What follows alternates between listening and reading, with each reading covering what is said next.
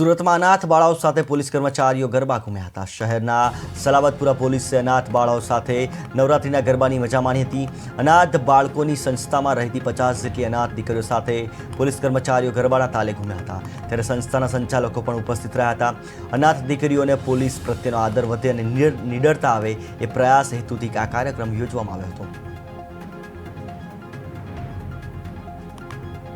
આજે અહીંયા અમારા પ્રાંગણમાં આવી અને માતાજીના ગરબામાં ગરબે રમ્યા છે, માતાજીની આરતી કરી છે અને અમે એમના આભારી છીએ કે તેઓએ આવીને આ જગ્યાને વધુ પવિત્ર બનાવી છે અને અમને પણ દર વખતે આ દીકરીઓ આવી રીતના આશીર્વાદ આપે છે, જેથી પોલીસ વિભાગને પણ ખૂબ આનંદ થાય છે। અને અમારી દીકરીઓને સલાબતપુરા પોલીસ સ્ટેશનની અંદર વારંવાર અદ્ભુત તહેવારોની અંદર અહીં એમને જે ઉત્સવ મનાવવાને માટે આમંત્રિત કરવામાં આવે છે અને આ સલાબતપુરા પોલીસ સ્ટેશન આમે પોલીસ અત્યારે ઉર્જાવાન છે અને મારી દીકરીઓને આટલો સાથ સહકાર આપે છે અને તમામ દીકરીઓને માટે સુરક્ષા માટે જે ઉર્જા પૂરી પાડે છે એના માટે અદ્ભુત છે અને આ નવરાત્રિ પર્વની ઘણી ઘણી શુભકામનાઓ।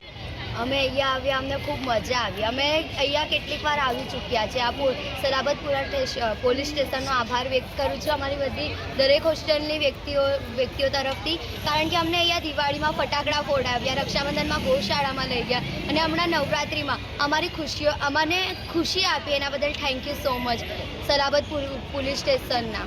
Thank you so much sub inspector તમામ। આજે અહીંયા